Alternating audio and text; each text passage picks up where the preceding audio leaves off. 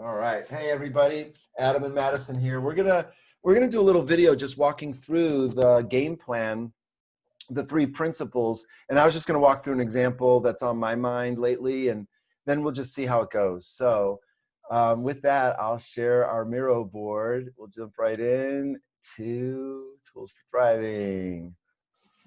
Right on. So the idea here is that I just want to go through the three principles, show you, how it looks, at least from my vantage point. Madison's here in case, she has questions representing you all, and, she may not have any, so we'll just see how it goes from there. All right.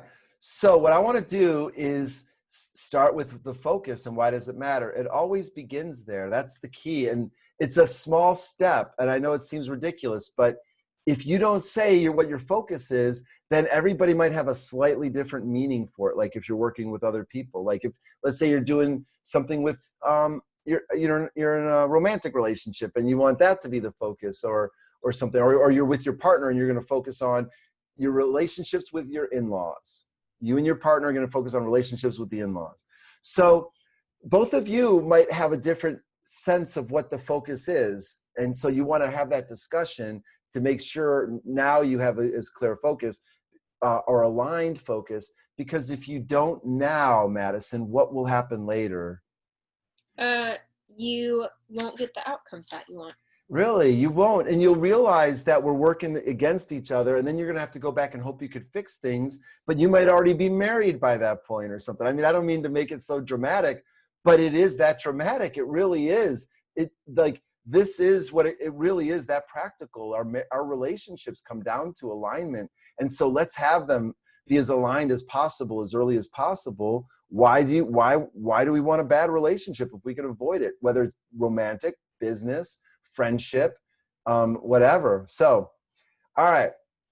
My focus, the thing that's been on my mind lately is my digital organization. So I just feel as though everything is way out of whack. And it's been that way for a long time, and I can't afford it anymore. So I'm messing around with trying to get a text box here because Miro is lagging. But all right, focus. And I know that's poetic, but we're going to say Adam's digital life. And what I mean by that is it's like my emails, the cloud, what services am I going to use? I got Gmail or Google Cloud. I got Microsoft. And then I got these other places where I stash my ideas digitally. And I guess things that are not digital, they're pen and paper, like my journals up there and the brown binders. I want to scan those in. So I want those to become part of my digital world. I want to have a place where, if somebody needed to access all of my information, my passcodes, that it's on there. I guess, what I'm doing is I'm getting ahead of myself because I should be getting this stuff down. So that's what I mean by Adam's digital life. And then what's the next thing I want to ask once we get our focus there? Why does it matter? Right. Why does it matter? And the reason, and usually it matters. It's not meant to be insulting. Like, why does that matter? Because it can come across that way. But it's genuinely curious to say, why? Why is this important? Why does it matter? And it's not questioning if it matters. It's just questioning why, so we could get to it. So why this matters is it would give me a sense of calm, and just that alone would be worth it. Because of knowing where things are. And it's a very weird thing. Humans never had to contend with this before. We're the first generation that had to be like, what happens to your social media accounts when you die? Like that, no one's ever had to worry about that before. Would that not also be an outcome? Ooh, that's great. I love that you did that, Madison, because it's important to keep a mind out, because because all three of these things, purpose, outcomes, and methods, they're not separate things. They're three pieces of the same thing. Purpose is that, outcomes is the results of doing that. It's a mechanical pencil in case, it's I should take it off screen share. You know, this is purpose maybe in this case. So I'm pushing it. The outcomes are here. I'm getting lead out. Let's see. I don't know if you can see. Whatever. And then the methods are the mechanisms through which that all happened. Right? I channeled my energy into this, and to the degree I effectively did it, because those were weak pushes, I didn't really get a good lead out of there, and I wouldn't get good outcomes if I didn't do the good pushes, right? Purpose, outcomes, and then methods. So I don't see them as separate. I really do see them as, if you tell me a method you're doing, then I'm going to be able to go, all right, you probably shouldn't start with a method, but at least knowing that you have your method means you're after something. Why did you go about it this way? Because of this. Right. Now we could ask the question if that was the best method, because usually people don't think about that. And that's why this tool is really helpful. This tool is meant to use this function, maximize and leverage the function that humans have. We can outsmart inanimate objects, and the world is made up of inanimate objects, right? So it's like, if we just use our capacities well, we can forestall or preempt, in case I don't know what forestall means, any problems that would have come up. I use words all the time. I don't know what they mean, So, well, no, actually, my percentage is actually really high to use words that I don't know what they mean accurately. But anyway, you were going to say outcomes, or what I call thriving. And what was that? Do you remember now that I went through all that diatribe? Your focus, or why it matters over here, is also an outcome.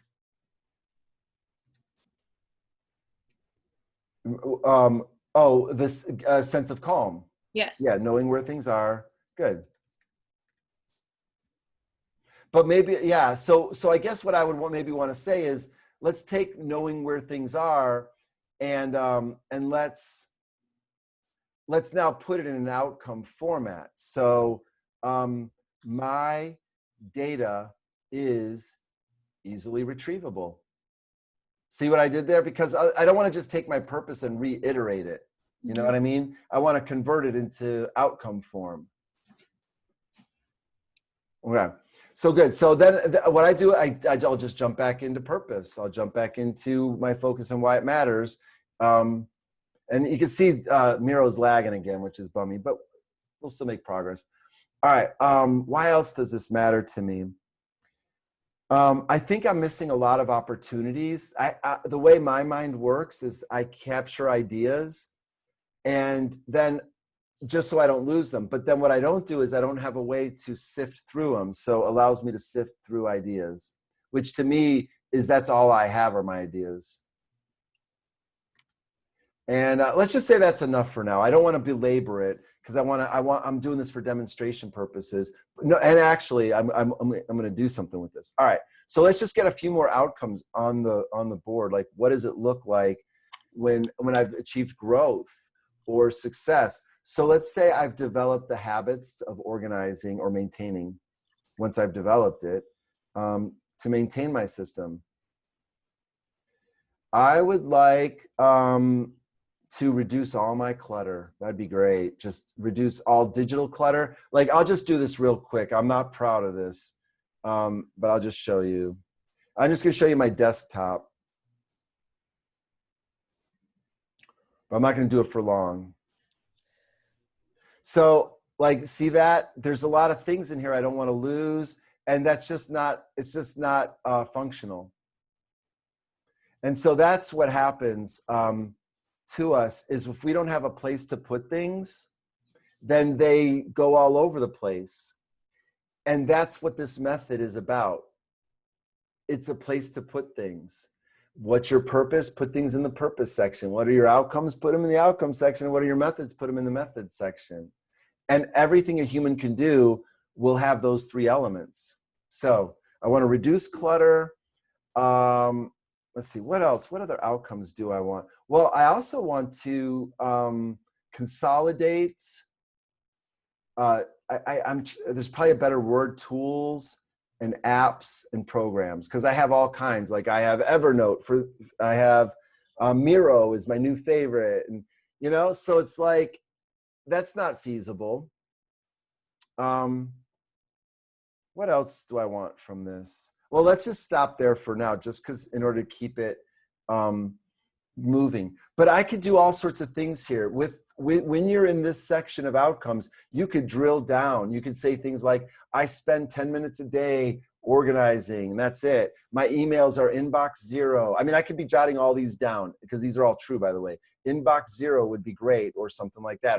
Or having, what I really need to do is I want to have one email address from now on. I've done the thing where I'm like, oh, I'll work for you and you give me an email address. Oh, and I'm also working for you and you give me an email address. And no, it's not, I'm not working for people anymore. I'm working for my purpose. And that actually, I want to feed back into it because it feeds back into the class. Doing this is going to allow me to do my deep work.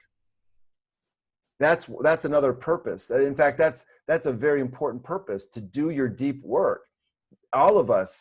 For all of us, I want you to find out what is your deep work, and you will not find out tonight or tomorrow. It's an ongoing process, and I'm still finding out what my deep work is. But just knowing that there's a difference between deep work, and I didn't say this when we talked about this book, when we were talking about it with George, but what the opposite of deep work is, and I think I might have mentioned it to you afterwards, Madison, do you remember? Deep work. And if it's not deep work, then we will become ensconced with shallow work. It's the, you know what I mean? It's like, oh, I got to do this. There's not really a reward for this task, but there's a punishment if I don't do it. You know, that's shallow work. Things other people want you to do will be shallow work. People are, especially at your younger ages, people will be giving you shallow work.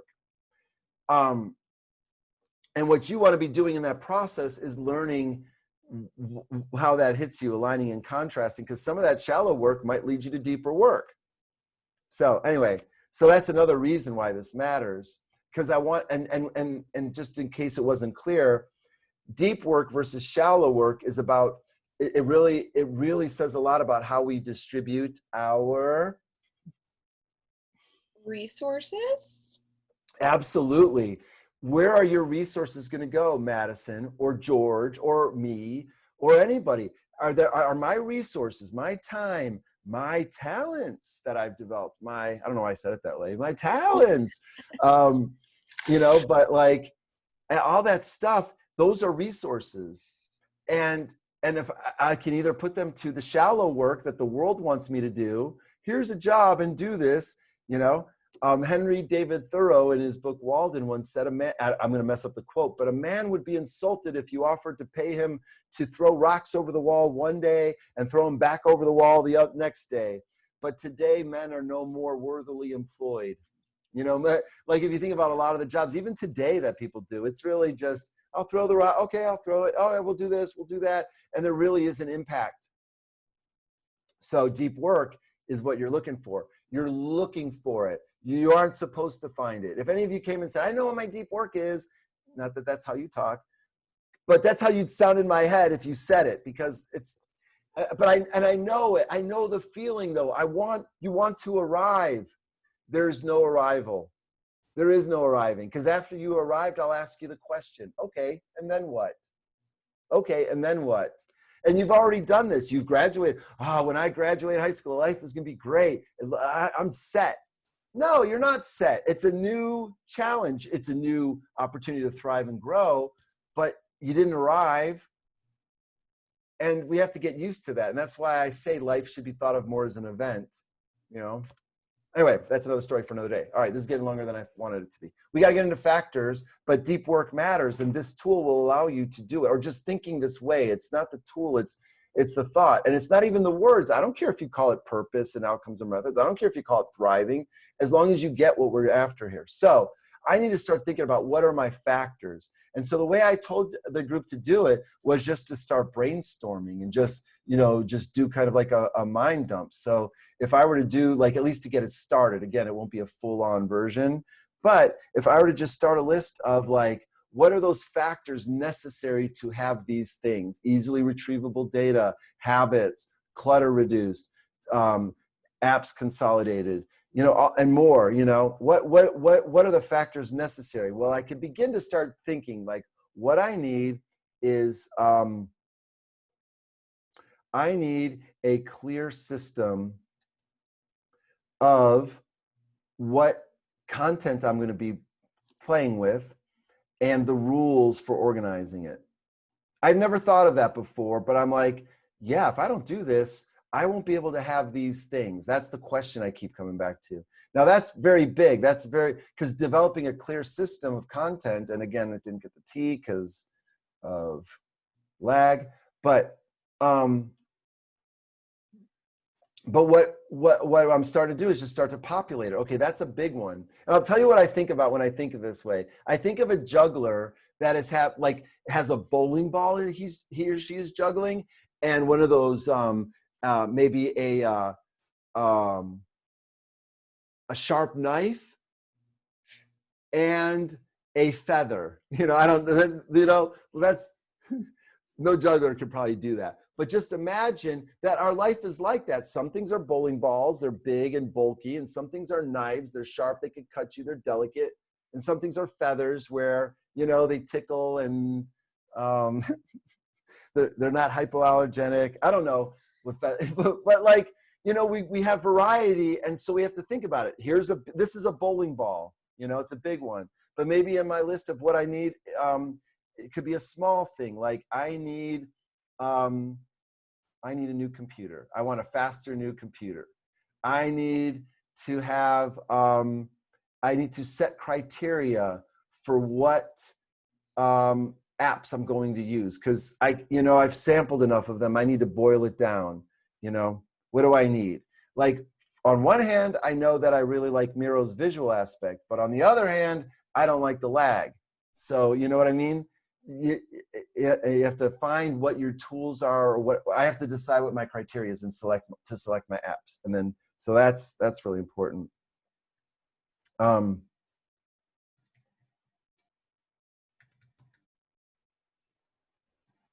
Okay. I need a whole purge process. I need to get rid of stuff. So there's a strategy I remember as I'm thinking out loud. I am going to use something called getting things done. I know it sounds like lame and very generic, but this is a legendary thing. GTD is what it often goes by. Have you ever heard of this getting things done method?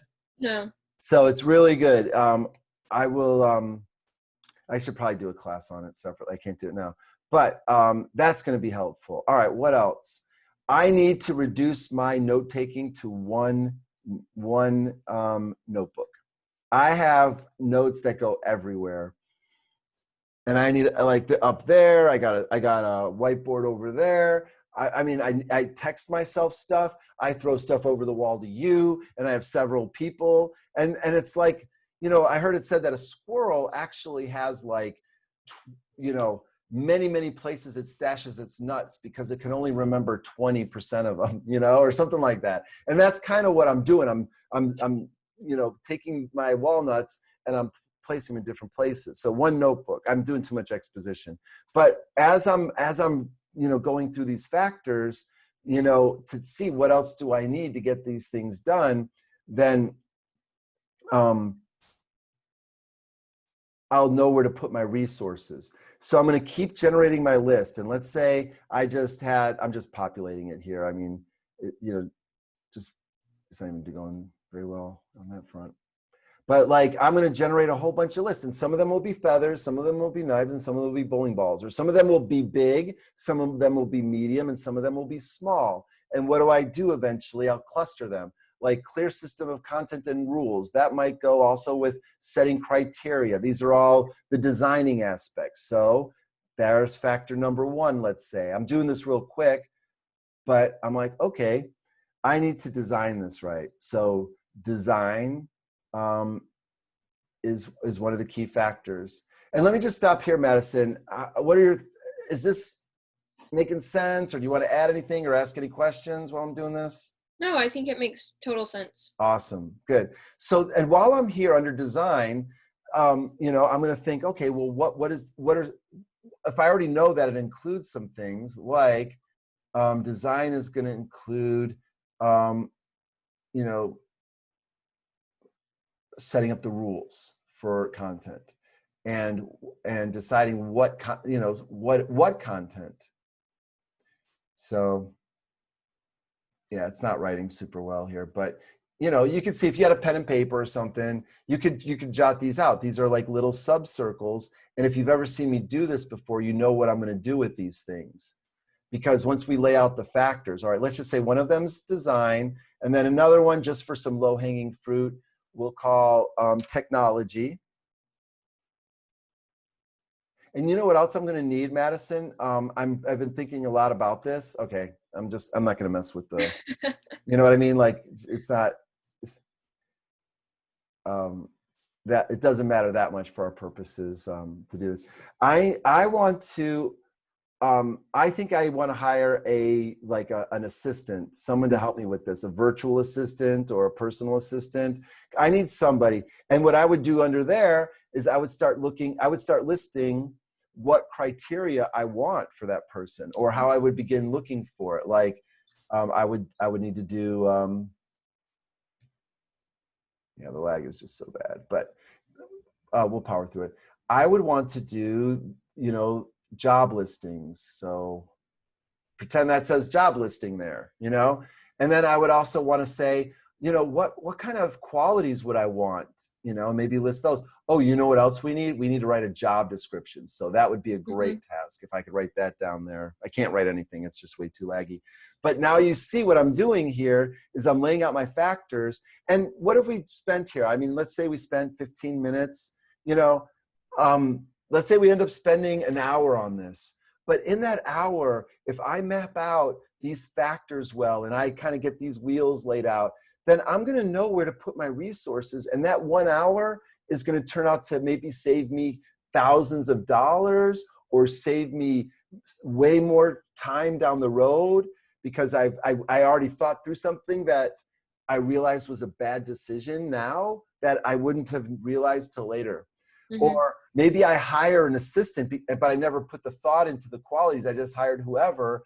And now I got an assistant that's consuming time because I got to train this person, money to pay the person, my attention. And let's say the person's now frustrating me, or it's not working out. Well, now my energy, my emotional energy is being spent, you know?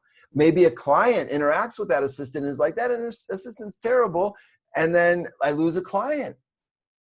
So getting this stuff done up front is really worthwhile. And with practice, it starts to come faster. And I know it's a little confusing, like what's the difference between a purpose and an outcome? You'll get it. We'll practice it. It'll become more clear. And then what's the difference between a strategy, which is the high levels, and the tactics, which would be the next level down, and the action steps, which would be, you could break, like let's say this is the listing one here.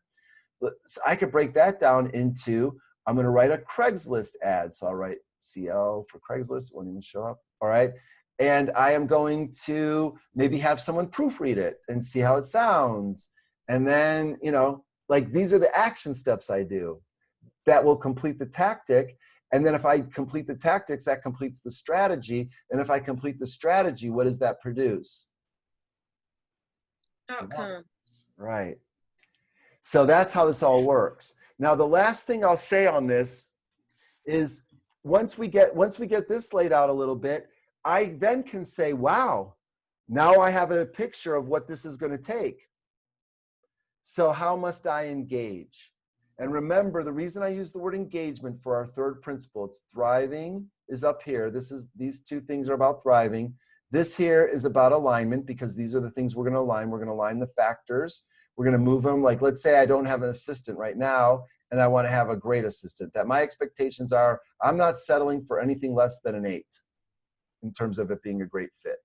So I'm going to do it. You know, I want to move toward getting an 8, and that's progress. And as I get a great assistant, maybe once I hire that assistant, maybe that assistant can move toward a 9 or a 10. And then the more that happens, that's going to help me produce these outcomes. The more I get my technology under control, and I know there's so much there to say and fill in the blanks on that, but once I do get my technology under control, like right now, I'd say my technology is at a 3, and I really want it at like a 9. And when I say technology, it's like, which apps am I using, and what equipment do I have, and is it the right things, and all of that. So I want to get it to a 9. So what these wheels here that I set up would be describing what it would take. These wheels down here, if I turn this from a 0 toward a 10, it should turn this wheel. The little wheels turn the bigger wheels, is how I see it. All right. In order to turn the wheels, it takes resources. So that's what engagement is. And the word gauge means to pledge. And what are you pledging? Your resources. And if the better you pledge your resources, the better off you are. And this comes down to a couple things. One is, are you good at identifying resources? So that, pretend that says identify. Number two, are you good at allocating them? And that's the second thing. And the third one is, are you good at acquiring new ones? So all of those go into engagement, and we could develop those capacities. All of us should be getting better at those things. There will never be a situation where it isn't good to learn how to know what your resources are, get new resources, and spend the resources you have wisely. That'll be, and that will always be needed, and not everybody practices it or does it well. So then I want to ask, what engagement is required of me? What type of engagement? How must I engage? What my mindset be? Is it going to do me well to have a fixed mindset or a growth mindset? Is how much time is going to be required of me? You know, really be thinking about that so that you know how many times do you get involved in something, you're like, gosh, if I knew it was going to be this much, I probably wouldn't have done it. Anyway, so thinking about it ahead of time is good. And then what are the things that would move you toward engaging that you could really develop? And what are the things that, if you're not careful, would work against your engagement? We could call it resistance, or procrastination is a form of resistance. Now it's working right, working well. But what would be toward my engagement? What things? So some of the things I think about are my top 5 themes are engaging for me, right? When we look at your top, that's one way to think about your themes. They describe what you're like when you're engaged, or what engages you, or what you need to engage. You know, if you have achiever, but you're not allowed to get anything done, you can't make any progress, then, you know, that's going to be against your engagement. But if I say, okay, Madison, you're free to get this done, rack up as many points as you need, and here's all the resources you need, your achiever is really going to like that. I'm going to engage your achiever that way. So what engages you? What kind of people engage you? You know, being around what kind of people, and what kind of people disengage you? And these are the things to learn about ourselves. And I'll stop there, because that's longer than I wanted this video to be, but I wanted to walk through an example so that y'all can see, you know, the thinking. So yeah, any thoughts, reactions to any of that, Madison? I think it was really helpful to see you just kind of brainstorm off to the side and then pull those things together to make Cool. like the actual factors. Good.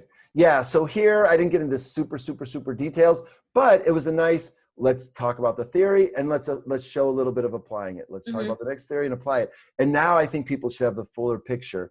And, you know, it takes a couple passes when you see all of it. We're working backwards. We're saying, okay, what's my vision for thriving, which is beginning with the end in mind, once you pick your focus, and it matters, of course.